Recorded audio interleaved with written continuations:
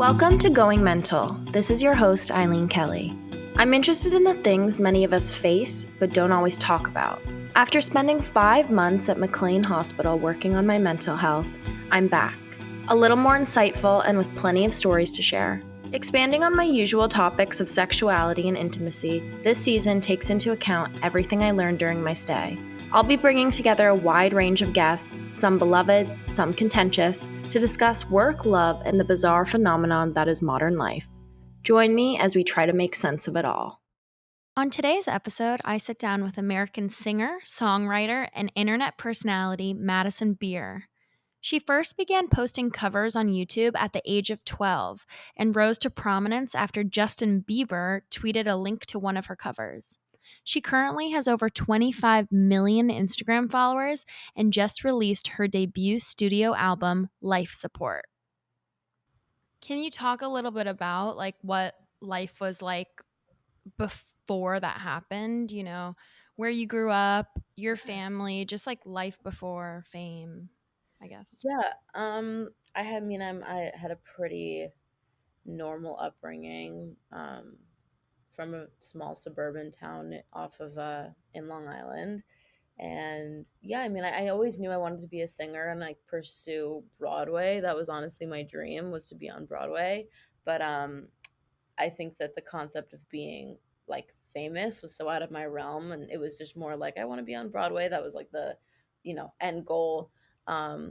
So yeah, I just started singing at a really young age, and my parents were always really supportive. But again, like it doesn't feel real, like I feel like every child kind of goes through those like, oh, I want to be, this or that or whatever, and they usually will grow it out or change their minds or whatnot. But singing really stuck with me, and so I feel like a lot of my childhood that I can remember was a lot revolved around music, and music has always been like a through line of like therapy for me. So it's been a part of my life and who I am since as long as I can remember. Yeah, I can't imagine. That's like you were in middle school and that happened. Yeah. Was the change pretty rapid? Like, was it overnight as soon as he Oh yeah. tweeted about your cover? Yeah, it was literally overnight. Like I, automatically had like 100,000 followers, and then I all automatically like Good Morning America was knocking at my front door, and it was definitely like exciting, but also it was pretty like it was a whirlwind. It happened so quickly. Um and yeah, it was cool. I definitely got like more bullied than I would have hoped or like expected from other kids. But obviously now looking back as like a 22-year-old, I can acknowledge these kids were probably just like envious of the situation, and they were just, Yeah, like 100%. taking it out. But yeah, I definitely like went to school the next day, and it was just the weirdest thing. I felt like I went from being like the Madison that everyone knew and was friends with to being like a stranger, and it was like I was like a spectacle, and it was super weird for me because these were like my friends literally the day before. Yeah, how did that attention affect you and like your mental health at that time? Um, I think I didn't really realize how it was affecting me because I was so young, so I couldn't really like grasp how it was taking either a toll on me or like helping me. I genuinely didn't think about it like that. Because at this point I had never really like, even acknowledged that I like struggled with anxiety already and like all that kind of stuff. So I would say that now looking back, it definitely took a negative toll on my mental health in a lot of ways. But I think that in the moment it was fun. I wouldn't trade anything for anything. I think that it's a tough like dueling, like it's just weird because like half of me is really grateful and obviously super excited that I was given the opportunity I was, but the other half of me is like no one should be that exposed or famous at 12, and like you're not ready and you don't even know, left from right essentially. So I feel like it was a bit too early, and I feel like that's the one thing I maybe would have been like, let's pump the brakes for a little bit. But yeah, we were just all excited, in the moment you're just excited, and my parents were just it's just an exciting thing and an opportunity that your child who their dream is to be a singer, obviously you can't turn down. So yeah, I don't fault anyone, but I think that now all of us together can look back and be like, maybe it messed you up a little bit down the line. Yeah, or like happened. And also, I'm sure just it happening so fast and relatively like overnight is like Yeah. such a strange phenomenon that I feel like not a lot of people experience. Yeah, it definitely was pretty weird. I couldn't really relate to anyone but Justin basically because he started when he was super young. So he was kind of like the only person I could really talk to about this sort of thing and he would understand on the level that he does. So yeah, it was definitely interesting. It definitely aged me quickly. Hmm. Made me a very mature child, but yeah, it was weird. So did you finish out like middle school, high school on Long Island? Like when did you move to LA? Yeah, so this all took place at like the beginning, middle of seventh grade, and I got pulled out of school like within a month of Justin posting about me, and I was homeschooled from seventh to 12th grade. Okay. How was the experience of being homeschooled? I mean, it was definitely a culture shock, like I'm from like standard, just like hometown where you have like a friend group of like, 10 girls, like from like birth. That's been like my crew. And um, it was weird. It was again like this kind of double-edged sword where like I was so excited that I was being given this opportunity, but it was hard because I would go to LA and I would do work and then I would come home and I would feel like months had passed where I like wasn't involved in my friend group anymore and they had like moved on with their lives and especially when they went to college that was like super trippy for me. But but yeah, I think that it was needed and I actually think I learned a lot. I really struggled in school prior to being homeschooled. I was in like pretty much every support class possible. I would fall behind really easily, but when I was homeschooled, I actually like passed with like flying colors and did really, really well because I was able to focus like one on one. But yeah, so I think educationally I did better, but I think that it definitely like diminished my social skills a lot. And I still to this day have trouble relating to people my age and talking to people my age. And I get pretty intimidated by like especially like young groups of girls. If I see them out, I get pretty like intimidated Like by. socially anxious? Yeah. Yeah, yeah, it definitely like kind of puts me off a little bit. I don't know why, but I think it's because it's just a reminder. Like obviously there's as human beings like we think about these things where it's like when I went home this one summer and it was like their senior year of high school, that thought of just like, wow, I really missed high school and they're going to college and there's like I'm never going to get those years back. I'm never going to get the high school experience back. And it was kind of like a hard pill for me to swallow. And I don't think I had processed that up to that point. And I remember specifically there was like one party that I threw at my house after my friends like kind of were about to graduate high school and they were like all talking about the colleges they were going to and I was like, wow, so it's really like over, like I really like missed that part of my life. And it's it's as sad as it is, happy that I had the experiences that I had. So it's weird. It's kind of a weird thing that I still to this day I'm like unsure how I feel about it. Yeah, I mean, I think that makes a lot of sense. Do you keep in touch with a lot of people from your hometown? Like, are you still friends with any of those Yeah, girls? yeah, I try to. I speak to them occasionally. Our lives are just so different that it can be tough to like relate in Relate, certain yeah. ways. But yeah, but no, we still do keep in touch, and that's family at the end of the day. Like I literally have photos in diapers with all of these girls, so yeah, I love them all dearly. But it's another part of it that can make you feel sad because it's hard for me sometimes to go home, and I feel like I have so many different things going on that I wish I could like relate to going to a frat party and like that's like what they want to You're talk like, I'm about. about to go on tour. Yeah. I'm like, I don't even know like what that means. Um, so yeah, it's weird, but it's also it is what it is, I guess. Yeah, I think I try to remember, like, or keep myself sane by, like, everything happens for a reason. Your 100% trajectory is unfolding, like, for sure. the way it's supposed to. Yeah, I think that's for sure like how I look at things too. Is I'm like I really wouldn't. I've been asked the question of like, oh, if you could go back in time and change anything or like say anything or do anything, what would you do? And I'm like, honestly, the only thing I would do is like hug my younger self and be like, hang in there, kid. Like you got this. Don't worry. And like don't let yourself get too tripped up in the nonsense of it all. So I wouldn't. Yeah, I really wouldn't change anything. I think that's great. So congratulations on your debut studio album. I mean, I love it. There's so many bops on there. Thank you. I I sound appreciate I sound like a it. grandma saying Oh my bop, God, but no. I'm thinking. Thank you. um I love to karaoke your songs at home. My like best friends could tell you that. Oh my God, thank But you. So I feel like a lot of the album is really talking about your mental health struggles and like experiences, also like toxic relationships. Do you feel like music has provided you with an outlet to express like your mental health struggles? Yeah, absolutely. I think that like music is the best place for me as of now to express these things because it can be hard for me sometimes. I kind of like ramble and do run on sentences or whatever. So when I go live, I try to like hold myself back a little bit because I'm afraid of like slipping up or saying something that I maybe don't want in the public yet or whatever, you know what I mean? So with music, I can really like maybe there's a topic that I really want to cover and I can be super analytical with like each lyric and each line and say exactly what I want to say, get the messaging like ideally perfect.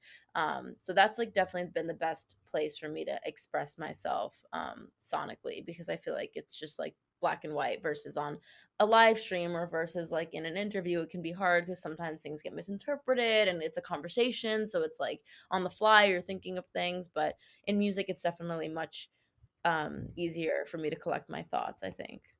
Yeah, that makes sense. And also, I feel like if you struggle with anxiety, y- like speaking on the spot can be Yeah. so nerve wracking. I mean, I personally fucking hate doing like anything live. Yeah, it can be really scary and I've been kind of like I don't know, like don't want to use the word traumatized lightly, but I actually really have been like traumatized at this point by the internet because I've been just like clips and snippets of me on live or whatever have like gone viral or like will be posted on TikTok and it's just a completely different like they'll cut the question out and they'll cut the end of my answer out and it'll take this tiny little chunk and then make it sound like I'm some like vapid idiot saying something ridiculous and it's hurtful because it'll like literally go viral and then all these comments are just like dragging on me and then it makes me want to crawl back into a shell. I'm like I don't want to go live and talk about things ever again because I just feel like I'm always on the defense mode. I feel like I'm like waiting for something to come out or be attacked or people to, talk shit. And it's unfortunate. I wish that like, the internet was a little bit more like understanding with certain things. Yeah.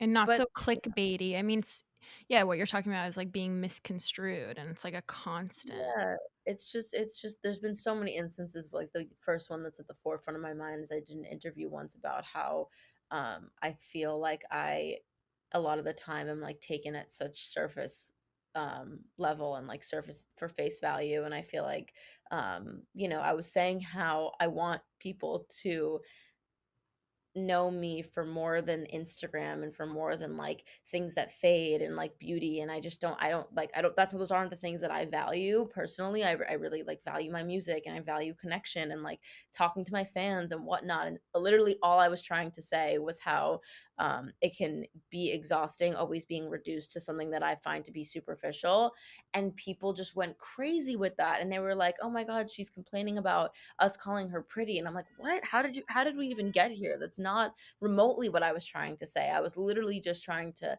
express how I have more to offer to the world that it feels extremely shallow to be only spoken about in such a surface level way and that's all I was trying to say which I think is a completely valid thing to voice and it's sad that that's how it was spun. 100%. I mean, do you feel like this is a gendered issue?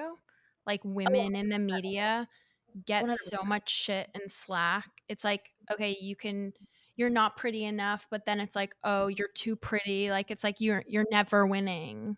Yeah, it's really like I saw a TikTok recently and I was like, what the fuck do you guys want me to do? Like someone posted something and was basically saying that they think that I'm not relatable enough because they think I'm pretty. And then also they were saying that I like the comments were saying, well, like I've seen her without makeup on before and she doesn't live up to the like Madison Beer standard. And I'm like, so if I don't wear makeup and I am myself, I'm not living up to your expectations, but if I do, I'm doing too Trying too hard, yeah. right, and it's like, I was, like, so baffled by this concept that I was like, "I'm just a person trying to, like, function in reality, and I just don't understand why it's now like, oh, okay, so like I can't wear too much makeup or try to look pretty when it's like I'm a girl. I like having fun and putting on makeup and getting dressed up and like wanting to look pretty, but I also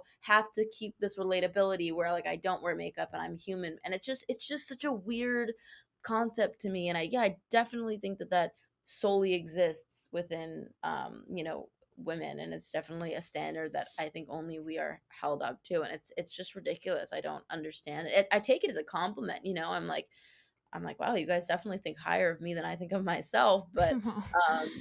But I also just am like, why are we focused on people and people's bodies and people's exteriors so much? We put so much emphasis on it, and it just shouldn't be like that, I think. So Yeah, it reminds me of this Ariana Grande interview a while back where I think the interviewer was like asking her about her outfits and her boyfriend and oh yeah, nothing about her music. is this what you think girls like care about? Yeah, it's like that, like Yeah. so surface level. And I think there's honestly also like a Britney Spears interview like a long time ago that's similar to that. It's like, oh, so who are you dating? Instead of like anything about her fucking album or her That is, dance routines. Do you feel like social media has helped you kind of take ownership or take back the narrative? I think it has in a lot of ways. Yeah, I think I've been able to, like I've bbeen able to develop my own audience, my own fan base that I can communicate directly to, which has been really beneficial for me. Um, and yeah, I mean, I talk to these people like they're my best friends. Like I'll sit on a live stream on a more private, smaller account that I can talk to them for hours on, and it just feels like I'm talking to, one of my best friends. 'Cause I really feel like they understand me, and I don't have to like translate myself continuously. Um, and yeah, so I think there's like multiple sides of social media. I think that things, false information spreads way quicker than real information, and I think that can be sometimes a hard thing to tackle. But I also think, I'm utterly grateful that I'm living at a time that I can directly communicate with such a big audience. It's a privilege, I think, at the end of the day, even if it does come with, tons of hate and bullying and like all that kind of stuff. So I try to be positive in regards to it. Yeah. Do you feel like social media has exacerbated any of your mental health issues? Oh, 100%. I think that like I've seen so many videos and TikToks and whatnot of people being like, oh, I opened up about having BPD like less than a year ago at this point, I think. And I've seen so many things and TikToks and videos that have just been like, oh, well, like this explains why she did this and this da da da da. And like, I'm just like, you guys have no idea like what What goes on behind closed doors? it's so ridiculous to me, and I don't know, I just find it to be. I saw a video of me like flipping off paparazzi one time, which was a like harmless joke. I was genuinely really fed up with this guy. He had been following me all day and was asking me pretty like provoking questions earlier in the day, and so I saw him that night, and it was like a red carpet event, and I literally like as a joke just like flipped. I wasn't like being aggressive. I was literally like going like that. I was joking around. And I've read some of the comments and they're like, "Oh my god, like this is her BPD acting up." And I'm like, the fact that it's being like used against me and things like that is pretty sad. And yeah, I mean even like, I've opened up about a lot of like my struggles on my own, and yeah, it can be tough. Like I've definitely been on either sets or like in interviews, and people will kind of like belittle, like anxiety and depression and like these kind of things, and they'll be like, "Oh, are you feeling like anxious?" And I'm like, "Are you the tone you deliver that in seems like you're like underplaying how crippling anxiety could truly be." So, yeah, I definitely do think in ways that it's been something that like part of me is regretful of opening up about, but the other part of me is really happy that I have, because I get to have conversations with people like you, and also I know for a fact there's thousands of people who have been touched by the things I've said and also have felt less alone in this world because of the things that I have opened up about. The first thing I ever really like touched on was I celebrated a year clean of self harm, and I like that was the first thing I ever like kind of opened up about, which was dark or like whatever. Wasn't like the most like sugar coated thing ever. I was genuinely just straight up like, this is what happened, and yeah. So that was the first thing, and the response was overwhelming, and I was so grateful for people to come out and be like, "Oh my god, this helped me so much feel less alone. I look up to you and I can't believe that you struggled with this." And I feel like it also just helps kind of like break down the facade of social media a bit because 100%. That you're it's a fucking human, that you yeah, struggle with these issues. Also, if young women, young girls can, they look up to you and be like, oh, holy shit, like Madison Beer also experiences anxiety, yeah, insecurities, yeah. all depression, all of these things. Like, Yeah, I think that that was like a huge stepping stone for me because I really want to be part of like, hopefully showing people that there is, which it's mind-blowing to me that you have to do that. I think in my opinion, it's a given that obviously social media is curated and it's only 1%, not even 1% of our lives and what we want you to see, how we want to be portrayed. And it's actually like a lot of like self projection of like, this is what I wish my life was yeah. solely, but it's not. We all go through things and we all have struggles, and there's always these dark days. And on some of my worst days ever, I'm posting, the most edited, perfect looking Instagram photo. So it's just like, you can't take social media as like a full like display Look, of yeah, somebody's of life. someone. Like, it's not somebody's life. I'll take 800 photos and I'll take the best one and I'll post that one. And it's just like you can't expect that to be somebody's whole life. So yeah, I think that taking that step and opening up about that I was self-harming at a time that I seemed the happiest, that I was like, struggling with an eating disorder when everyone was tweeting like, "Oh my god, like she looks so good," and da da da da, and I was like literally in the height of struggling with an eating disorder at the time, and that's why I wanted to wait. And then I opened up about it, and people were like, "Whoa, we like literally had no idea. You seemed so happy, and you seemed like you were like, running around town with this one and that one, and posting every day on Instagram, looking cute." And that just shows that it's like, yeah, no, I Which was is, doing those both simultaneously. Like they can coexist, which is oh, crazy. yeah. And I think that's what's so scary about mental health in general and like mental illness is it can be so invisible. So Like it's invisible. not like a physical ailment where like you're in a wheelchair or people you can't see it. So Mhm. someone could seem like they're doing fucking amazing and be really high functioning, going on tour, releasing albums, or I don't know, even what I was doing 2 years ago, like running a website, doing speaking at colleges around the country. But like inside, I literally felt like I was dying, wanting to die Yeah, until I literally had to take the steps to go to a hospital for like several months of yeah, treatment. yeah, And so I'm just really happy to have you on and to talk about these things because it's so taboo. yeah. It's And like I'm sure you experience that talking about this stuff so openly. Like it is still not really accepted.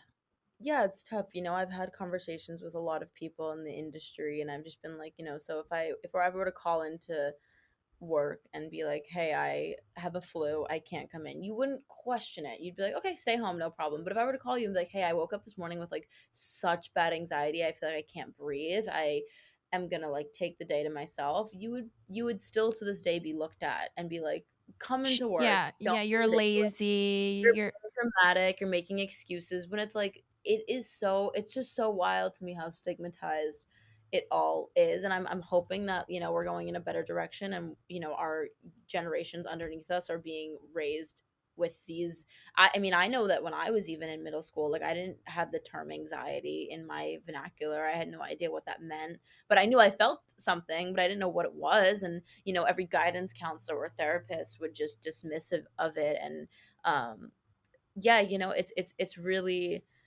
it's really tough. And I feel like, looking at my Instagram or looking at something like that, you wouldn't be able to ever tell that. I don't talk about that like daily on my like grid or whatever. But it's places like this where I feel like safe to, open up about it because I feel like it's going to go to an audience that actually is going to listen and care. Whereas I feel like my followers, there's a lot of people who I don't think would care at all. So that's why it's been kind of hard for me. I've like tried to figure out the best way of opening up about these things while also maintaining like privacy and like not, telling it to people who I feel like are gonna only like nitpick and write headlines and like run with things, because there's also certain things that I've never addressed publicly because I am not at a fully healed or like ready place with it. And I feel like, that's my own like personal experience or traumas that I have to work through on my own. And then I can go and open up about them. Like I feel like with mental health stuff, I made sure when I decided to open up about this stuff that I was like ready and that I was at a place that I could confidently talk about them and talk about my experiences wholeheartedly. Whereas there's certain other things that I'm just like not ready to open up about. So, I think that's yeah, so fair. yeah, And not subject yourself to the onslaught of attention that you know is going to come with it.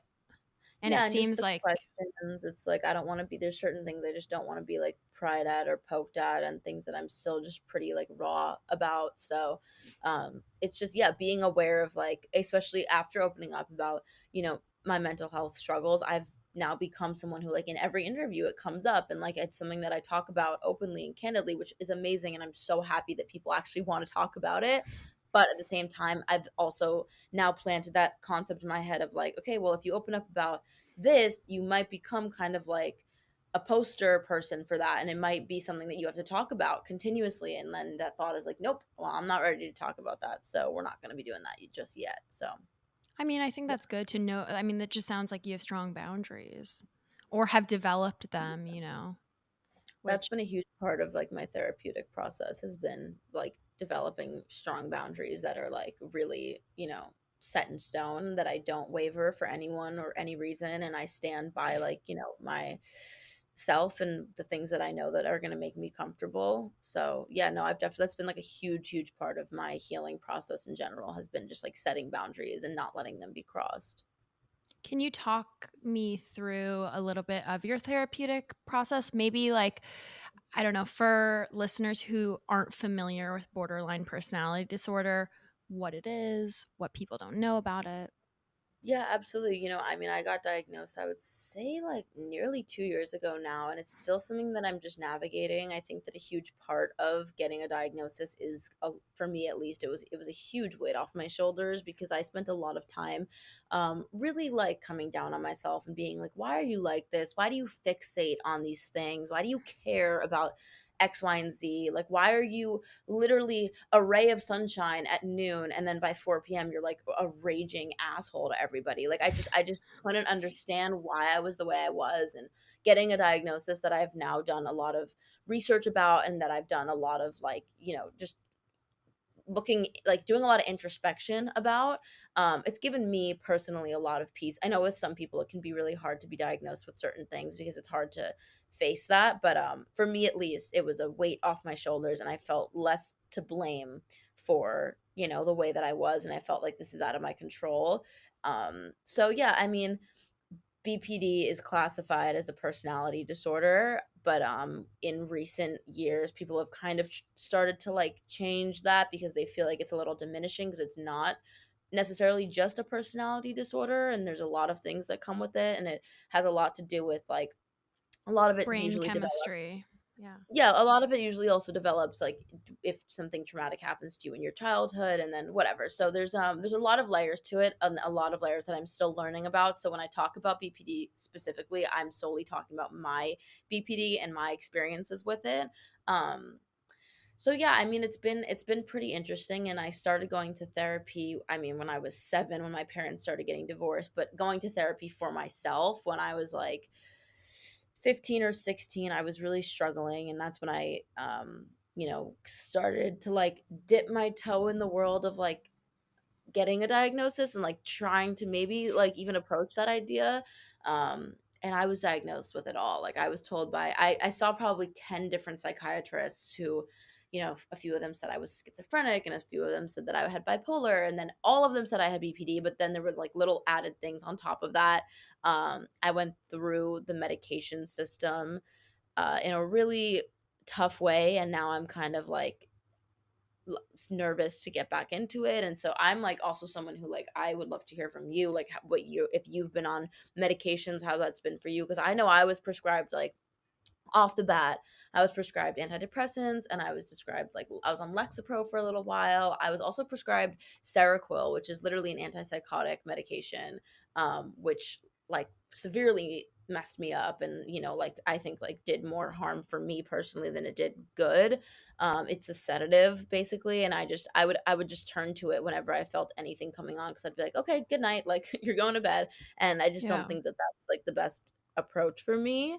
Um, Well, because it I just think felt like medication should be used to help manage.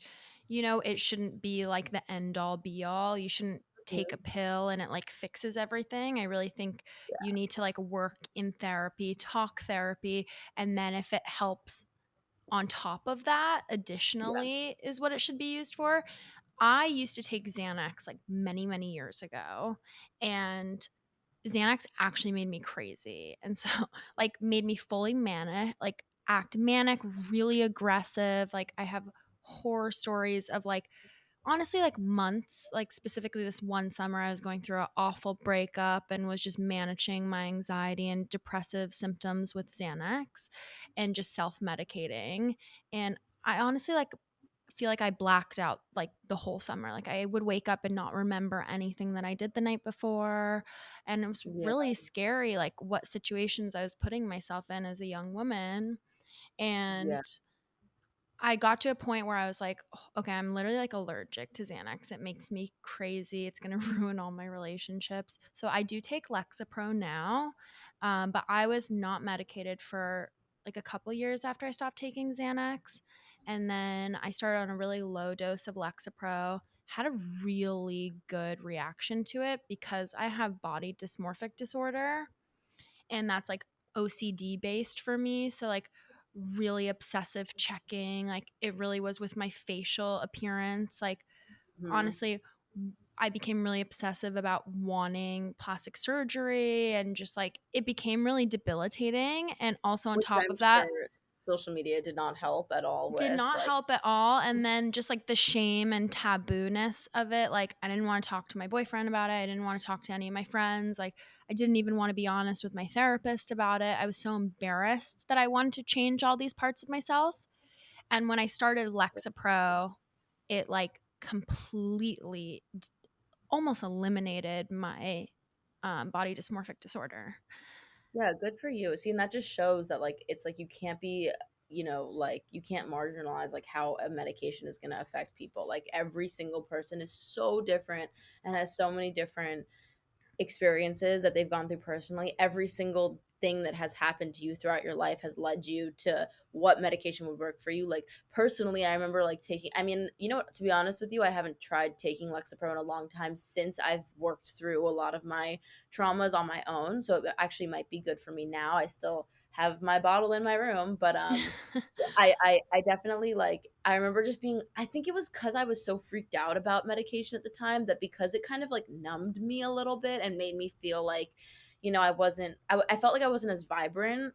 And that kind of scared me off of it pretty quickly. I also felt like my sex drive kind of went down, and like I mean, I don't know, I just that's like yeah. definitely a really common side effect. I mean, for me, Yeah. when I'm on a higher dose, like right now, I take a pretty low dose. I'm on 10 milligrams. But when I was in the height of like my suicidality, I was on 20 milligrams and I felt numbed out. Like how I would explain it to my therapist, which sounds like what you're saying, is I always talked about like, I feel like I'm losing my sparkle, is what I Yeah, would tell literally. her.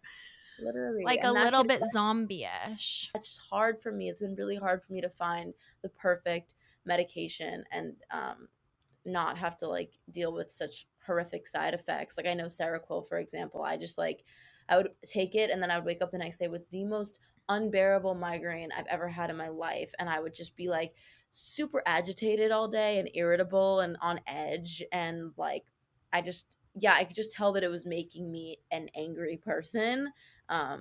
But that's Yeah, yeah. personal how my experience was. So yeah, I don't know. I haven't figured it out quite yet, but I know that I want to, because I think, like you said, it's like an additional layer. And I know, for example, growing up, like I grew up with a lot of kids who were on Adderall their whole lives, and I feel like those people never even knew exactly why they were on it. They just knew they were on it because they had like trouble focusing, but that's not even like, you can't reduce ADHD just to that, because there's so many other So much more. factors and Yeah. layers of it. So it's kind of just like, I don't know, I think it's definitely interesting to see sometimes how backwards it is, where it's like, okay, let's dose you first and then we can like figure it out afterwards. And like, I don't know, which again, I don't want to speak on anyone else's like experiences. People, it might have worked perfectly and amazingly for other people, but for me, it's definitely been more beneficial, like talking through my experiences and like getting to a better place in a healing perspective,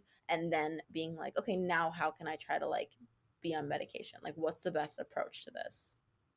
Yeah, I mean, I think that's really smart. I think it is a trial and error. I randomly just happened to have a really good experience with like the first antidepressant I went Amazing. on. And like, even my doctor was like, wow, you reacted so well to this. Like, you should just Mhm. stay on it. But for myself, it's been a process of like, okay, I do want to lower my dose. I don't want to rely on this to feel okay. And so Mhm. that's kind of when I was in treatment, I was working on reducing my dose, which is what I did. And now I'm just on a low dose of it. And then I do therapy twice a week. That's amazing. Like, I think that that's like everybody's end goal. I mean, at least that is for me too. Like, I think that that's super honorable. And like, yeah, I think that it's really also about like facing things head on can be really intimidating. And sometimes medication can be an escape route, and it can just be like, no, I don't really want to deal with this today. Let me just, take something that can silence these thoughts. And that's when it, for me, I think got like more negative than positive, was I didn't feel like I was progressing in a healing way. I felt like I was kind of just staying stagnant because I was relying on pills to, like silence these thoughts, when I feel like you should actually work through these thoughts. And especially if you're with a therapist and you're with someone you trust who can work through it with you, I think that it's like extremely important. And I've definitely just tried really hard to focus on the healing process of it all, and like continue to progressively get better in that sense. And then yeah, if there is moments where I'm like having a severe anxiety attack, I do have something that I know will make that feel better. But yeah, I think that like healing is an interesting process that I'm still definitely going through. I think it's like a lifelong thing, unfortunately, or fortunately. Like, I think obviously, and why I invited you on and wanted you on here is because I do really, I think it's really fucking courageous of you to talk about this stuff publicly. Two, I admire that you are you acknowledge that you have issues and you want to work on them. There's so many people out there that just pretend that things are okay, or I they're in know. denial. And I think that's what really, and it's not even their fault per se, it's just how society, but it Right. does perpetuate this stigma.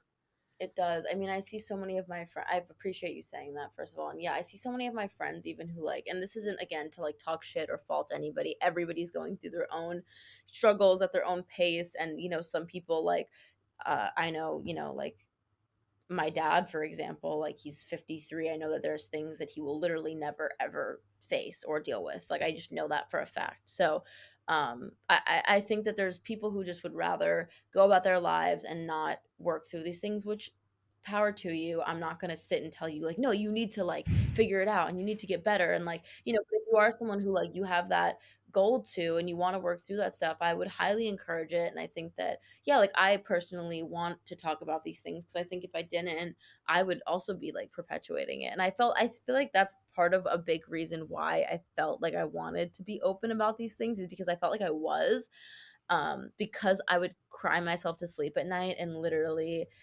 like want to be dead. And then I was also simultaneously like on Twitter, like, I love my fans, I love life, everything's happy, like da da da da da. Like, that felt so wrong to me. And I don't feel like I owe anyone anything. Like, I am a person and I struggle to get out of fucking bed in the morning. And like, that has impacted people and them so much. It's actually helped me so much as well, because it's made me feel less alone. Like, at the end of the day, like, you can talk about things as much as you want with people, but you can still feel isolated. And especially that's another factor of BPD, is just feeling like everyone's against you all the time and like nobody understands. And that's something that I know I've struggled with since I was a little girl, that I felt so alone in this world, that opening up to these people has been just as fulfilling for me as it has been for them. And I feel like we've been able to like learn from each other, and I've been able to hear these experiences, and I've been, involved with people like you, where like we would have never had this conversation had I not been Open candid about it. Yeah. in a little bit. So I just am so like, yeah, I'm very, very grateful for, the fact that I, buckled down and was like, this is something that I feel like I have to do. It felt like a calling almost. It felt like I was like, people need to hear this from you. Your fan base at least needs to hear this from you. Well, I also think it's honestly like leaving a legacy. It's like leaving a really positive, you are changing the way that people talk about mental health.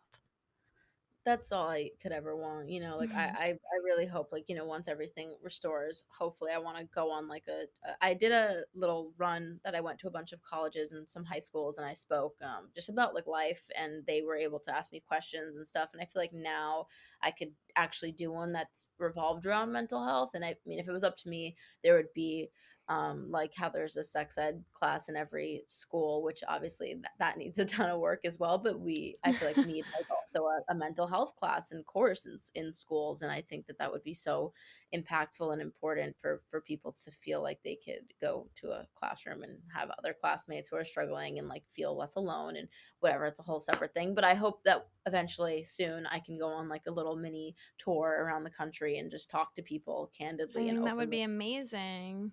So fun. I would love Yeah, nothing more because than to do that. these are human issues. Like these are things everyone struggles with. Even if maybe you don't have debilitating depression or debilitating anxiety, like everyone's felt sad. Like people experience loss. We lose loved ones. It's part of life. And like no one really teaches us how to deal with How to those navigate. things. Yeah, no, it's nothing that I feel like you're never really.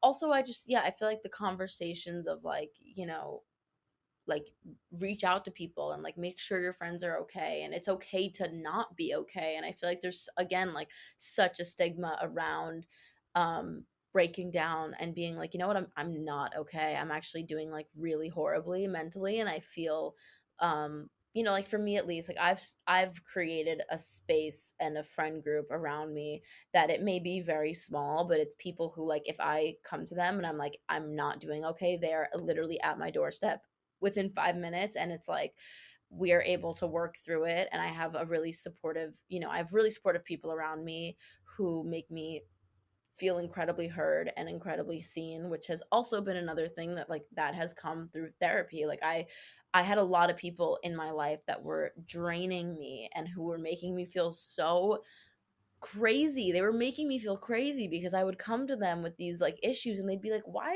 do you care about this? Why is this bothering you this much or whatever?" And I'm like, "I literally have a diagnosed mental disorder that like I can't help these things." And like it would just perpetuate me feeling like I was crazy, which is how I used to feel when I was younger, and I just like couldn't deal with that and those kind of people. And I like protect my energy a lot more now, and I'm very like intentional with who I spend my time with, and I'm very intentional with who I open up to. But yeah, it's definitely like I just want people to be able to talk to each other and be able to be like, I'm not doing okay, and have people who are going to reciprocate that information and like give it back to you and like, be helpful. So Yeah. I mean, I really relate to what you just said, which is sad, but that, people making you feel more crazy. I was in a really toxic relationship a couple years ago, like pretty me too. much like the year before I went to treatment. Someone who did not believe in mental health struggles. I like even told them about my diagnosis and my issues, and they would literally make me feel insane and be so mean, like you're crazy, you're so dramatic, or gaslight me. And I'm like, obviously that they didn't cause my issues. I know that. I was like either born or developed these in childhood, but it did exacerbate that. And 100%. I relate to that a lot for sure. Like I've had people, whether it be like, parental figures or it be, exes or whatever it might be, that like, yeah, definitely did not help and definitely made things worse. It's just like you can't tell somebody that their feelings are invalid, especially like if you were in a relationship with this person, obviously you loved them and cared about them and their opinion, that hearing from this person that like, no, Eileen, like your feelings are not valid or real, and like you're making this up in your head, and like that is such a dangerous thing to put in somebody's mind when they're in that position already. Because I know for me at least, like I have so much self-doubt constantly every time. I mean, I know that the second we end this podcast, I'm going to be like, did I say anything good or correct? Like that's just how I am. And I could do something so amazing. Like I did an interview recently and I remember ending it and being like, wow, that went so great, I'm so proud of myself.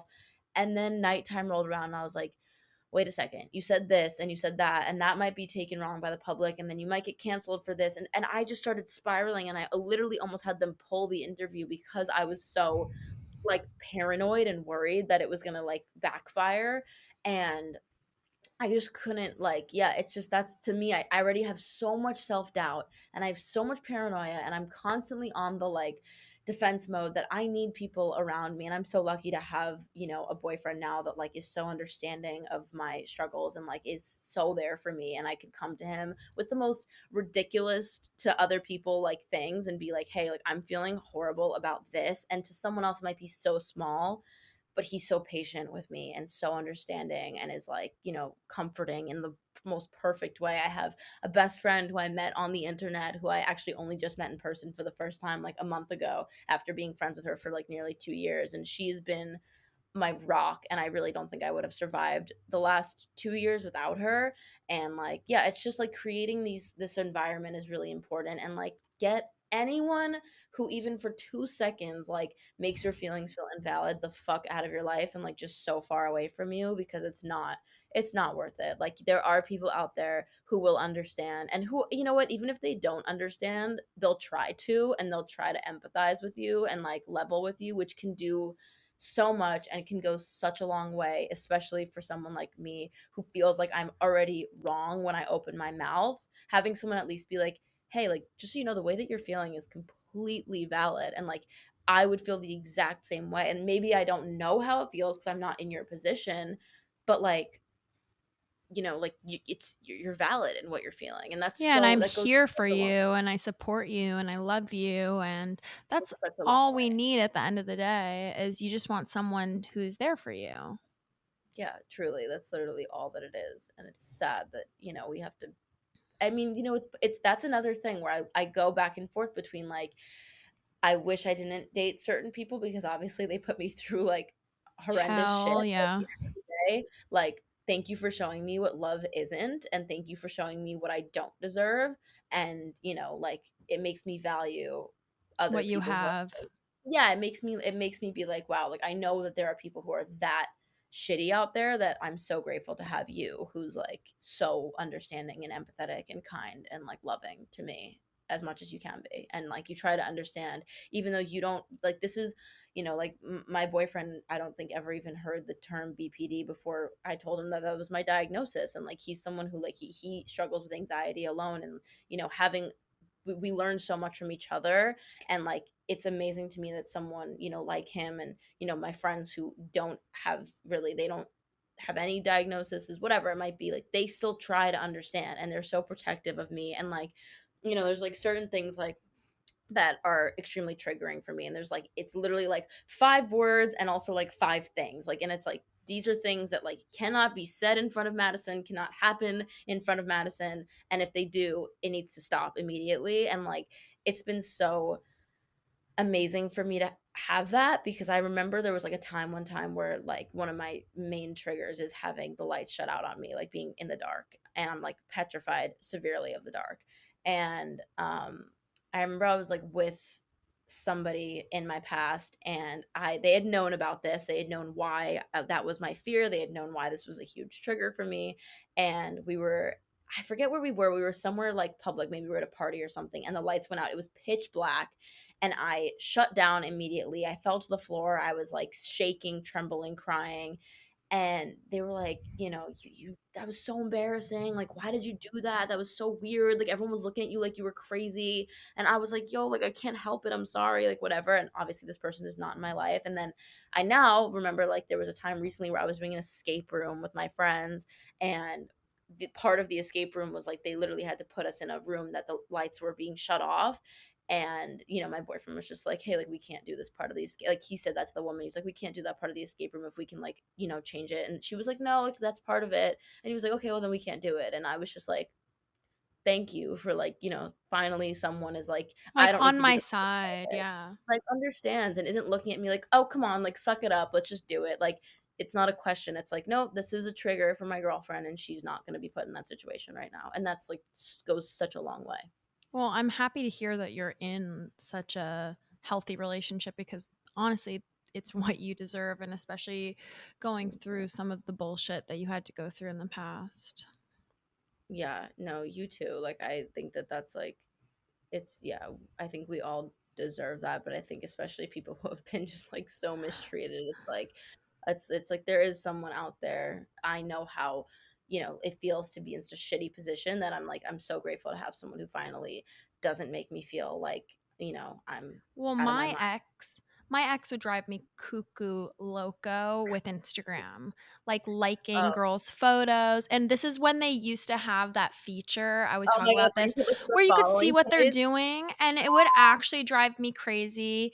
Uh-huh. But, like, understandably, and then I would ask him, like, "Hey, why are you liking this girl's photo?" Or, "Are you talking to this person?" Like, "Why are you looking at that? Why are you stalking Why do you my s—" care? It's Like, like, yeah, "Why do you care? You're being so crazy." Just, like, so gaslighting. And so when I got into this relationship with my current boyfriend, I was really upfront and transparent. I was like, "Listen, I'm really sensitive to this because I've had bad experiences in the past." Like, my boyfriend did end up cheating on me, like, and then lied to me about it for your gut months, like, instinct is never wrong, babe. Your gut yeah, instinct literally, like, doesn't making me lie. feel so crazy. So I'm like, yeah, I'm hypersensitive and more hyper vigilant, and I'm sure it does come off kind of crazy and annoying, but this is why. And he's been so great. He's like, I won't like any other girl's photos, or if you're insecure about it, like you just tell me. And it's such a different narrative. I'm almost like shocked when he doesn't push back or gaslight me. I'm like, Right. Oh my wait, what? You're understanding? I'm god. not No, crazy? Like, because this we've is been what a conditioned. relationship is supposed to be like? We have been conditioned to thinking that we're like, and it's, again, that goes back to what we started this conversation about. It's like misogyny and like girls being labeled as like the crazy girlfriend. It's like, it's actually not so fucking crazy for me to not want my boyfriend's name on other females' photos. It's not that crazy. I think that there's Or, like, so in many her examples. DMs or texting her? There's so many examples. Even I got into an argument with one of my friends recently because he was like, "Yeah, my ex girlfriend was so crazy," and that's the biggest red flag to me. If you're running around calling your ex girlfriend crazy, like you're probably fucking the biggest asshole ever. Yeah, like, So what'd I you was do to make her seem right, crazy? like she wasn't just crazy by default. You probably cheated on her and instilled trust issues in her, so now she's even more on edge. He told me that basically she was crazy because she called him 85 times when he was out one time, and I literally was like, "Well, why did she call you 85 times when you were out?" And he was like, "Well, like she just didn't trust me, so like she just would always harass me." And I was like, "Why didn't she trust you?" He was like, "Well, because she caught me like texting, sexting essentially with my ex one time." And like I was like, oh, I was like, okay, so she caught you basically like emotionally cheating on her, and now she's overly protective and insecure when you're going out without her and she doesn't know where you are. I was like, that makes sense to me. And I was like, she's not crazy. Don't call her. I don't even know this girl. I was like, don't call her crazy. She's not crazy. Like, I was don't like, fucking call her yeah, I was like, crazy. don't fucking call her crazy. Like, I was like, you instilled trust issues on this person who validly has them now, and she is harassing you, quote unquote, because she's insecure because you fucking did something that made her this way. Like, I hate this narrative that men spin that, like, it's like, oh yeah, my ex was so crazy. Like, I only cheated on you like 8 times. Like, why do you like, and then they'll do the whole thing where they're like, yeah, like I might have like traumatized you and fucked you up horrendously for the rest of your life, and I've given you like the worst experience possible in a relationship, but like you shouldn't be telling people that. It's like, bro, like literally what? Like, it's so crazy to me. I don't know. I'm just, And I I think think it's really, social media has really exasperated that. oh, 100%. Like, Yeah, it's, do you compare yourself to other girls on, like, Instagram? that's the thing, is I think that people, like, it's very funny to me that people think I'm immune to that, and I'm just like, I sometimes can't even like use TikTok because I'm like, I will see a girl who like, I saw a video recently where this girl just like literally propped her phone up and she was like wearing a bikini. And I was just like, she is so much skinnier than me and she's so much prettier than me. And I'm just like, and I literally sat there and I was like, started automatically going down a rat. And this was so like subconsciously too, which was why I thought it was so scary when I like kind of came to. I had gone through like 20 browsers of like diet pills and like dietary plans and like how to lose weight in like a day, like, or like how to de-bloat, like all this kind of stuff.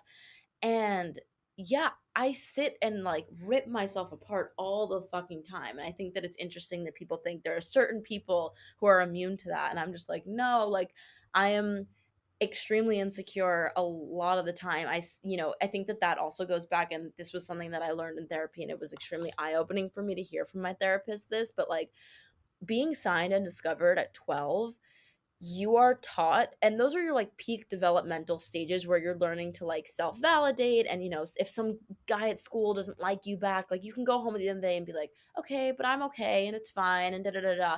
Whereas for me, I was taught, not only at 12, for my whole life, but when I was 12 specifically, social media obviously exacerbated that a lot. But like when I was a kid, my whole life, it's like I have been taught to externally validate and externally validate only. And like that has been a through line in my life where it's like, like I put so much emphasis for so long on the way that I looked and the way that I appeared that I felt like I was losing who I was inside, because I was like, like, well, it doesn't matter what people think about me as long as they think I'm pretty, which is so wild for me to say out loud now because I'm at such a different place where that's the last thing on my list I care about.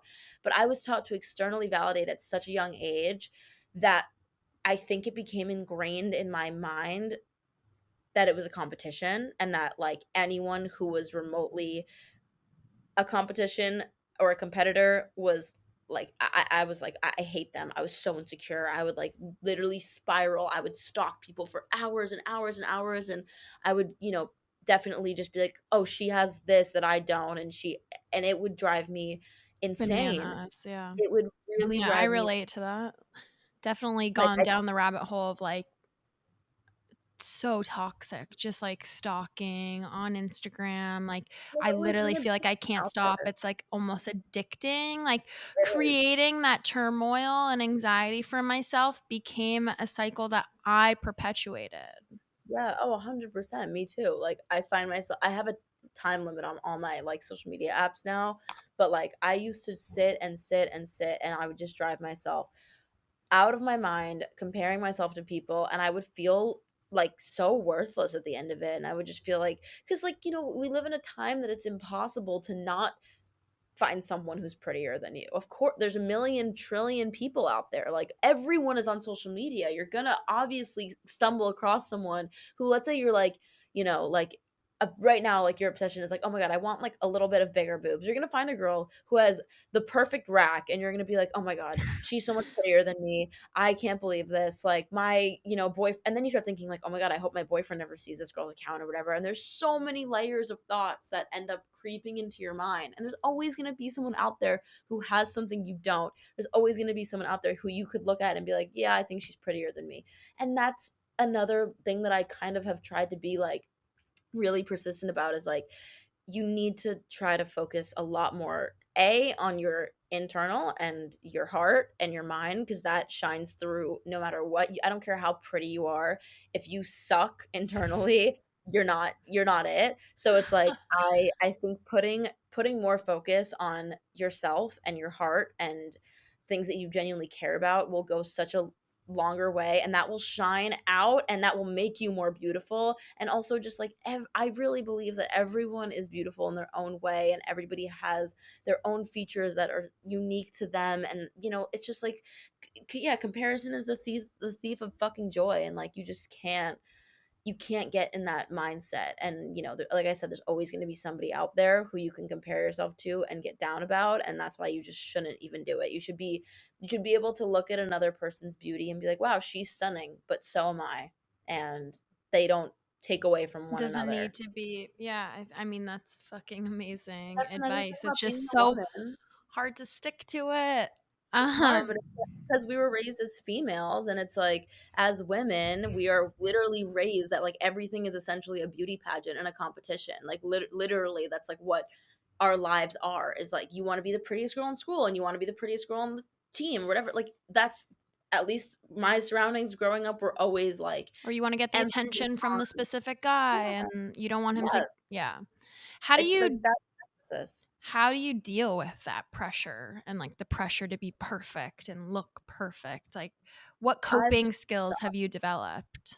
I've definitely just like stopped really doing that. Like I think that it is hard. There are times that I feel like, if I go out like this, I'm in sweats and a hoodie and no makeup, like I still feel beautiful because I have developed a beautiful relationship with myself, but I also have this voice in the back of my head that's like, if you meet a group of teenage boys, they might go back to their friends and be like, I met Madison Beer today and she did not look the same, and like she looked fucking, tired and messy and whatever, and it's like that is because, children, I don't constantly look like my Instagram photos. And it's, like I think that yeah, there is days where I look exactly like that. And it's like, I can go out in the world and feel like, oh yeah, I can meet anyone and I know they're gonna think, oh, she looks the same, and that's another layer that's like so new to society, that's like living up to your Instagram, which is weird. You know, not feeling like a catfish. I mean, I swear Yeah. that's what sparked my body dysmorphic stuff and the surgical or like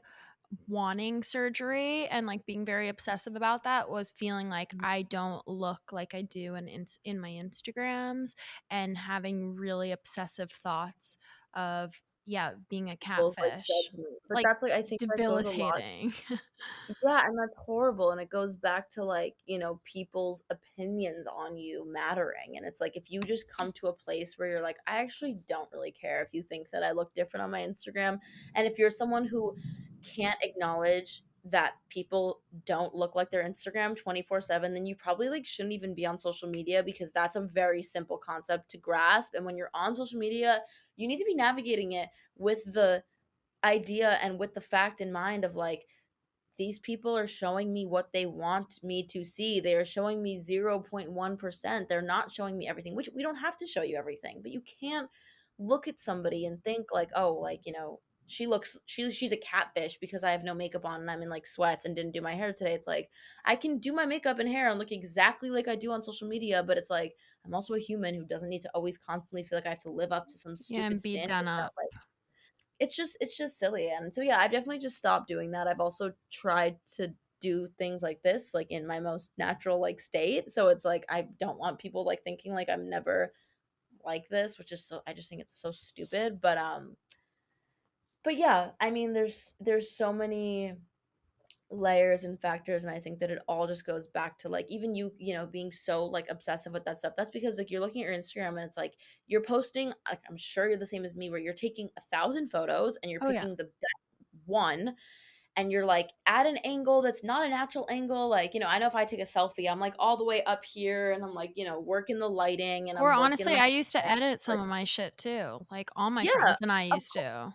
yeah, I think everybody has. And it's like, I think that once you get into that mode of like feeling like, okay, like this is the most perfect version of myself that I'm creating, it's obviously going to be hard for you to like feel like you can go out in public like with no makeup on. You've created this, and it's not your fault. That's the thing, is like I sometimes when I talk about this stuff, I'm like, yeah, but my Instagram, if you looked at it right now, like I still am only putting out the best photos and I'm only putting out like my best moments. But it's because it is hard to open up to like all of your followers. I think it's easier like on your story to open up about these things, and I've tried to do that in a curatedly way, like curatedly. I don't know if that's a word. In a curated way where I posted on my story. I think it was a couple months ago where I like showed a photo of me on New Year's when I was like dressed up to the nines and I felt like I looked super hot and I was into it. And then that night ended up with me literally like inconsolably sobbing myself to sleep because I got into a huge fight with my ex boyfriend.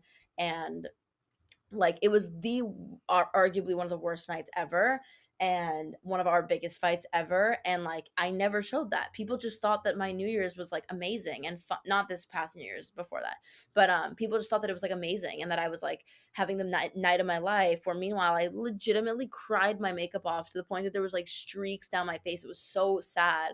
And I posted that recently where I was like, here's what y'all saw, here's what I The saw. And I also reality. posted like, yeah, like I was in, like in late 2018, 2017, 2018, I was really struggling with acne, like really severe acne, and I never posted that. I was never open about it. I would like smooth out my skin in every photo that I would post, like make sure there was not a pimple in sight. And I posted being like, here's the photo that Instagram saw, but here is the photo that I took earlier that morning when I woke up with legitimately more pimples than I could have counted. Um, and yeah, it's just like I did that once on my story because I don't know, I feel like doing it sometimes on like my platform gives me more anxiety than like I'm ready to face. So like doing it on my story, at least I was like, okay, people can like view this now and when I want it to be seen. And it helped so many people reach out to me and they were like, yo, that was so, even those three photos back to back just really showed like social media is a facade and it is bullshit. And yeah, I hope to continue to gain the courage and bravery to do those things, but it can be still really scary to open up and show like your vulnerable side to people. People are 100%. judgmental, People are and especially so like nasty online. people are so mean. And especially someone like me who's like, I've been getting told to kill myself since I was 12. Like I literally am like always on the defense, and I'm always like, I don't want people to like, and I'm someone who people have constantly like, I don't know, I also don't want people being like, oh my god, she looks so like ugly and da da da. And like, yeah, that's again goes back to how I was taught as a child to validate myself was my exterior worth. And I'm trying very hard to continue down that path of like getting away from that and not being as hyper fixated on something that I do find to be superficial and I don't think that matters. And beauty does fade, and I think that like the more emphasis you can put on yourself as a good person who's caring and understanding and compassionate is it goes a lot further than looking hot. The stuff on the outside, yeah. Do you read a lot of your comments? I feel like I hear that coming up a lot in Yeah. this conversation. Yeah, I do. I mean, I try not to. Obviously, I think that it's a lose lose always. Um, but yeah, I mean, I do. I won't say that I don't. I do, and I try not to get too sucked into it. Actually, you know what? I'll take that back. I don't read my comments because I think that a lot of my audience has switched into fans, not haters. So a lot of people who are commenting, I also limited my Instagram. So the only people who can comment have to follow me. So if you don't follow me and you're like want to go and hate, then you can't. Oh, So I it's like didn't if you're even know you could do that. yeah, only people who follow me are allowed to comment, which I only did because I'm like, if you are going to go out of your way and follow me to leave a hate comment, then like I actually don't even care what you have to say because like what the fuck. But what I've got, I think TikTok is, and this might end up getting me a lot of hate, but I think TikTok is the most toxic platform we have like ever had. I think that it has been a breeding ground for bullying and hate, and people will take a video of somebody, and I see it every day, and it could be a random person from the middle of nowhere that no one even knows, and it could be a video of them dancing and they're just doing their thing and like in their room, and the video will somehow end up on everyone's For You page, and all of the comments will be so vicious and so disgusting, and people will be saying the meanest things, ripping people apart, making fun of them.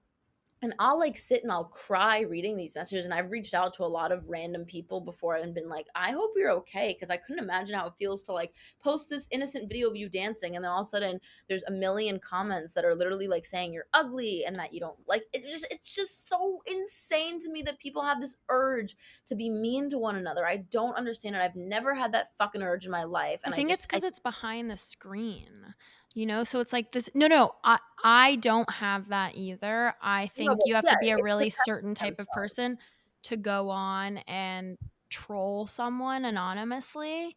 Like, you're just bored. But like, I don't think they would say those things to someone's face, is my point. Well, here's how I put it is like to make anyone who's ever gotten hate feel better. I've been quote unquote famous since I was legitimately 12 years old, and nobody, not one human, has ever come up to my face and been like, hey, I fucking hate you and I think you suck and you're this and you're that. Never, not once. And so it's like that says something. And I remember there was a time that I was being heavily canceled online, and For I what? I forget. It's happened so many times that I forget at this point, but I think it was people were coming at me for just something like so nonsensical and like ridiculous, and I was just like, okay, I'm not even gonna engage with this right now. This was years and years and years ago. It's when I was like probably 15. I think I was being canceled because somebody from like MagCon like came online and tried to say that I was like a homie hopper and that I had like slept with all of the MagCon boys. This is literally I when I don't was even know 15. what that is, Like MadCon. it was like a group of like boys in like 2000, like they were like Viner boys essentially. And legitimately, I dated one of them for 3 years and like never slept with any of the other ones ever. And like this one of the boys went on live and like basically said that I like his words were that I was like a slut and that I like slept around with everyone and I was a homie hopper, and I was like, I'm 15. I've never slept with any of these people. I don't know, and I just got ripped apart. And I remember this happening, and like my manager So at the fucked time up. was like, it was so fucked up. It was fucked up also because I was like, first of all, you've probably had sex with like 85 girls. I'm like, I don't give a shit, but like, you're gonna sit and say this about me? Like, what the fuck? I haven't touched anybody. I'm like, what are you saying? And even if I have, why the fuck do you care? Yeah, it's none of And your fucking business. yeah, and he like fully like slut shamed me and like made it like a whole thing and had everybody who was like a MagCon, which at the time like they had a big fan base. Everyone like hated me so much. There was more hate pages for me than there were fan pages, and I was being like severely canceled online. I remember my manager at the time was like, "Hey, go to the grocery store," and I was like, "Why?" He was like, "Go to the grocery store because you feel like the whole world's against you right now. Go to the fucking grocery store. I promise you, no one is even gonna look at you." And no one's going to say anything to you. And I literally did. And I put myself in a very public environment. And yeah, no one said anything to me. No one even looked at me. Nobody cared. It was like life was just still going on. And it definitely helped put things in perspective of like, yeah, it's not the end of the world. It can be really difficult. But what I was mainly getting at was like, yeah, you have to realize like, it's not, it is people hiding behind a screen. These people would not say this to your face.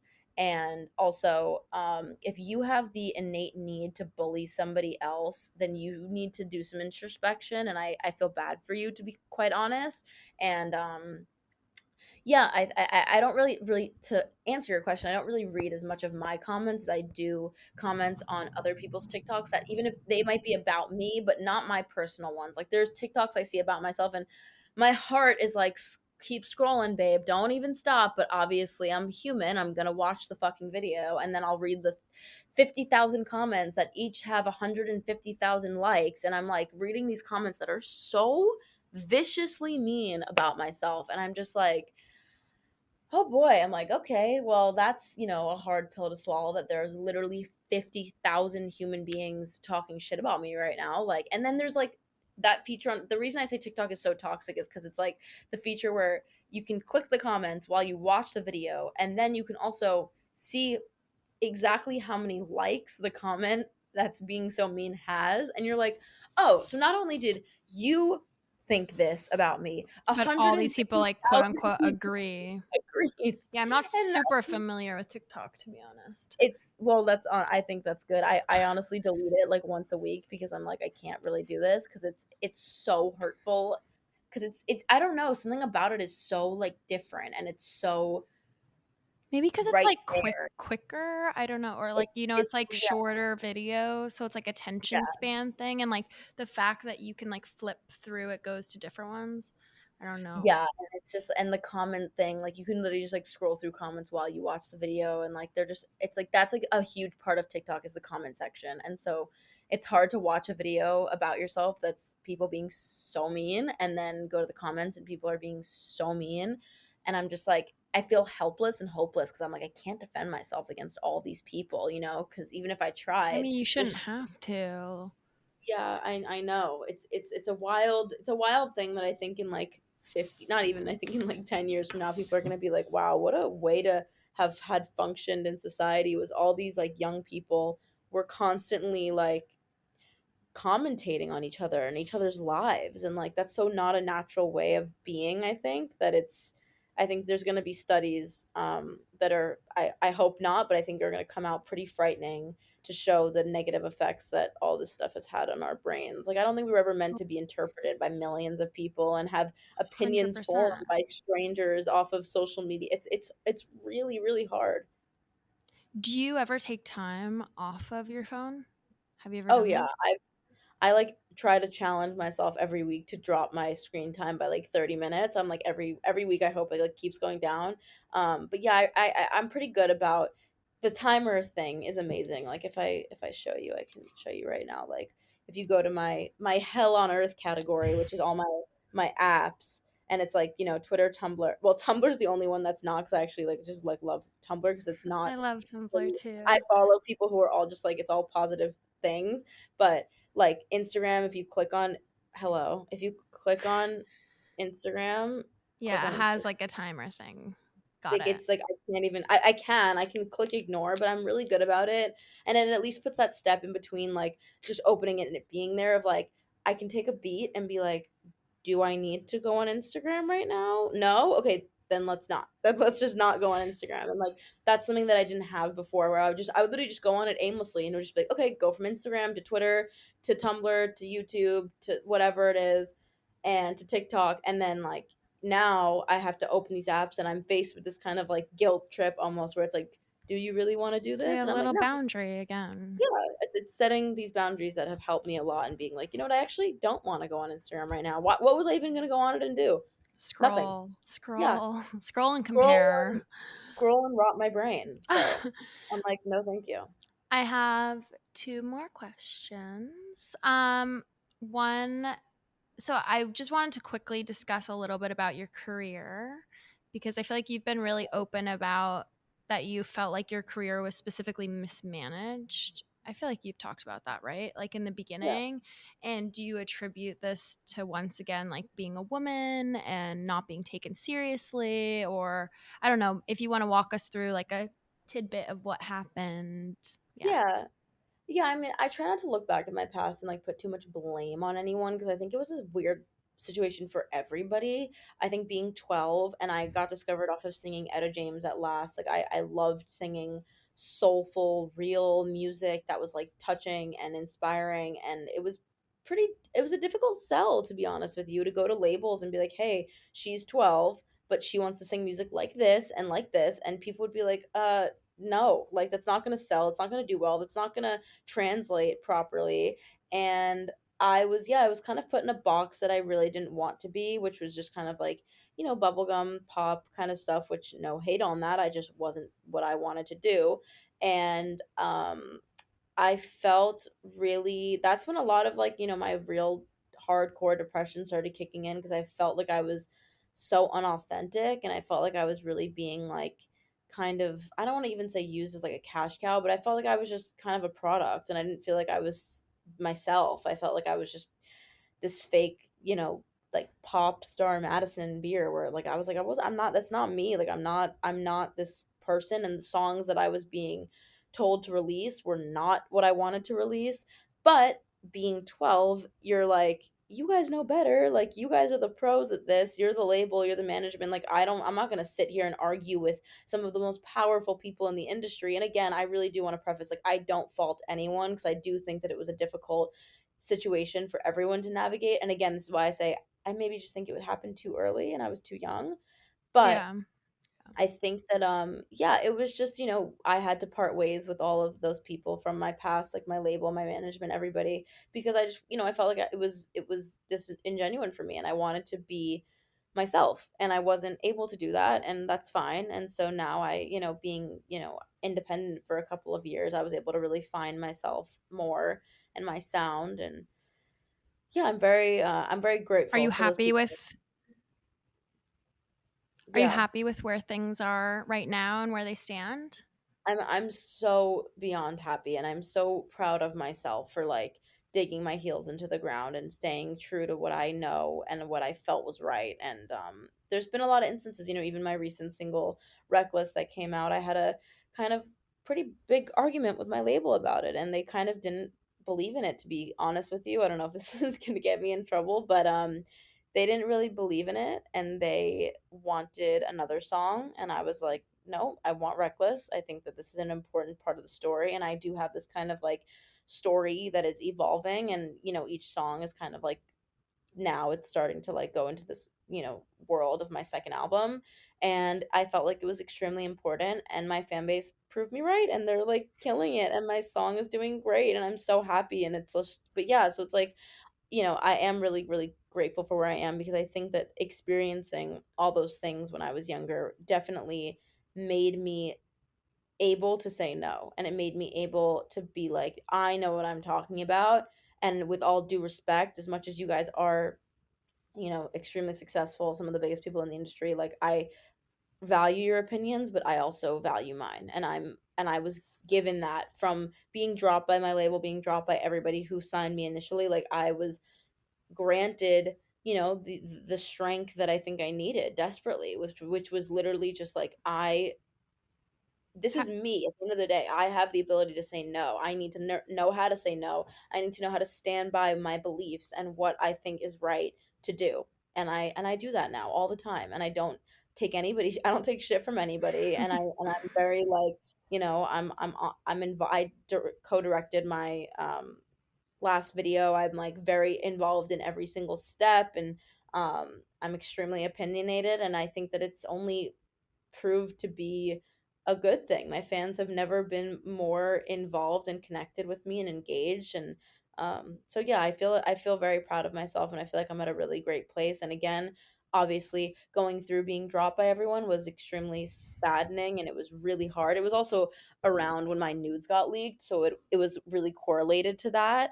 When I was 15, and nudes from when I was like 13 got leaked, and I was then, I'm also not trying to say that that was the reason I was dropped, but it was in a very close proximity to when I was dropped, that it, obviously I couldn't help but feel like that was a reason.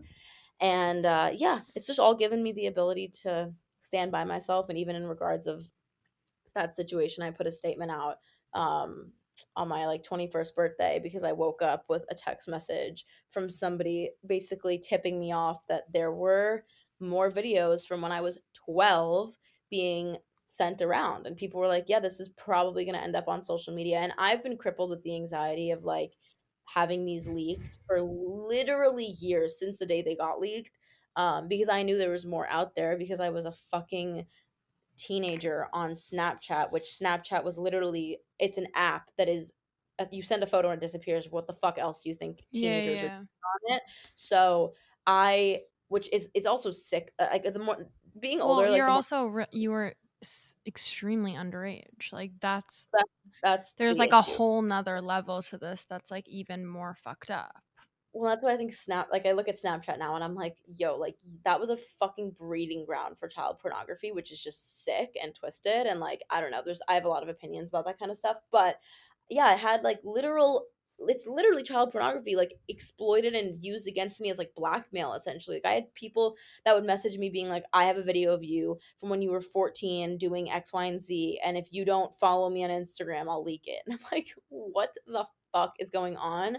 And I put a statement out 2 years ago on my 21st birthday, and I basically just tried to take my life back from this experience. And I just wrote about how I, like, have had this be an crippling anxiety thing. This has literally, every time my phone buzzes, I think it's a call of someone being like, yo, there's shit on the internet, because of how traumatic it was the first time when it happened, because the whole internet like made fun of me and tweeted, and like I was trending, and it was so bad, that I decided to speak on it. And I was like, you know what? This is a very taboo topic. People don't talk about it that much. And that's like, I've always loved you, and I've always looked up to you, because you've been someone who's talked about these extremely taboo things to talk about openly. And like, I was like, I'm gonna fucking admit, which you shouldn't even have to admit it. Like, I was a teenager exploring my sexuality. I sent nudes to people. Get over it. And also, shame on the public for shaming me as a 15-year-old, having my trust betrayed by someone who I liked. He sent my photos around my entire school. Like, shame on you guys for making me feel so horrendous about myself, because I was a little, like, I was a kid when it came out, and I was ripped to shreds on social media. And I do think that social media has changed in that regard. I think that today, if this happened, people would be less, like, slut Inclined to, shaming, yeah. be a little bit more like, oh, like, she's human, and these are human things. And I was literally like, guys, like, my trust was broken as a child by someone who I liked, and it was sent around my school and then sent around the internet. And it was just so it was just such a traumatic experience, like, through and through, that I decided to make a statement and just, like, take my power back and be like, you no longer have the ability to make me anxious over these fucking photos. You no longer have the ability to, like, be in my head every time my phone buzzes. Like, I'm taking that away from you. And, like, I put out a whole statement on International Women's Day, and, like, so many people resonated with it and appreciated it, because it's like, in every hometown there was always that. I remember when I was in 6th grade, there was a girl who was in, like, 10th grade, and a video of her that she sent to this guy went around our school. And I remember seeing this video as, like, a kid, and every single person made fun of this person. She was like a spectacle in the Yeah, it's town. always the girl too. Yeah, always the girl. It was like the laughing stock of the town. And of course it's humiliating. You're sending a private video to somebody. Obviously, you're not going to want that around your whole school. And it's just so heartbreaking to me how many people reached out to me when I said that statement, being like, I had this exact same thing Something happen happened to to me. me. It's And, like, violating. Bottom it's line, just it's like extremely violating. But I do feel like times are changing how people view that. hope so, yeah. And I also think, I mean, God forbid that stuff comes out, but I feel like if it's out there, it's not the end of the world anymore. Whereas, like, Yeah. even 10 years ago, like, especially if you work in a corporate environment, it's like Oh, it's say the end of the bye world. bye to like your literally your career, your job. Yeah. And Yeah, well, that's what I felt like. I felt like my career was over. I was like, people are never gonna work with me and never gonna want. I remember literally Googling, like, what celebrities have had their nudes leaked to try to make myself, like, feel better. And yeah, like, it felt definitely like the world was over. And I think that it would be much different today, which is a good thing. yeah, so I was blackmailed by actually a girlfriend of mine over nudes. She stole nudes that I had taken with a boyfriend. Like, we had taken photos of while we were having sex, and she stole them and then blackmailed me, and I got a restraining order against her. What? Yeah, this is like, in 2015. This is like a while ago. But I remember, like, freaking out, having the same anxiety. She literally threatened me. I'm going to put these online if you don't do X, Y, and Z. And I went to the police. But I remember having this, like, holy shit, my life's going to be over if this gets out. Yeah. And I think my brother actually said this to me, and it really helped. He was like, think about Kim Kardashian. Like, maybe not the best example, but, like, that's someone who had literally had a sex tape out, and look at how fucking successful she is, and, like, how many things she's done where it does feel like it counteracts that sex tape. And, like, she's cover of, I don't know, whatever, Forbes and this and that, Yeah. and, like, product No, I completely lines. get And it did make me feel better of, like, okay, there are it. examples of people who move past this stuff, but it was a Yeah, really and that difficult is that experience. but I think that that's, like, also, like, I don't know how, like, when this happened versus when you started being, like, so open about, like, everything to do with sex online. But, like, I think, like, what you've done for, like, the industry, and it in itself has, like, taken away so much of that fear of people, because it's like, we're all human beings, like, we all engage in sexual activity, and, like, these things should not be shameful. Like, we should be allowed to do, like, as a fucking 15, 14-year-old girl, like, I should have, like, it's not shameful that I liked a boy in my grade and I sent photos to him. Like, that's, like, it's a normal thing. And I think that it was really heartbreaking for me to see how many people, like, ripped me apart when I'm like, and then it makes you feel like, "Oh, did I do something wrong? Like, is this shameful, and is this Something's horrible?" And wrong with me, and you go down right, that. but it's like, no, you're human, and it's complete. And that's what I said in my statement when I finally decided to talk about it, was I was like, I'm a human being, and there's no shame to be instilled in me because I decided to like explore my body and send photos of that to my fucking to like my essentially my boyfriend at the time. Like it's just I don't know. I definitely think it's wild. I mean, do you hear that siren Big outside old my fire window? truck. Here it comes down the avenue. Are you in New Okay. York? I am. That Obviously we'll cut exciting. this part out, but I live like right on Avenue A, so Oh my in gosh. the East Village. But yeah, you're pretty Nice. close to me. You're in Long Island, right? Yeah. No, I should come over when I'm back home. Honestly, you should. I'll be back home in August, like the whole month. So I'll totally would love to hang. Okay, I feel like last, but like what's next for you? What are you working on? I feel like it's always nice to talk about what people can look forward to. Yeah, I'm working on a lot. I'm really like in an amazing place sonically, and I'm finding my sound more and more every session. And we're just working on the next single right now, and I'm going on tour, which is so exciting. I'll be going on tour starting October 28th is the first show, I'm pretty sure, and I'm so excited. I can't wait to get back in front of an audience and my fans and just Oh my like gosh, I have to yeah, come. you have to I'm come. coming I'm to your playing New York show. I would love playing to. Terminal 5 in New York, so you definitely have to come. But yeah, I'm just so excited for that, and I have my second album in the works. Not sure when that'll be released, so I'm not even gonna say it's on the way, but it is in the works. And yeah, just doing a lot of things.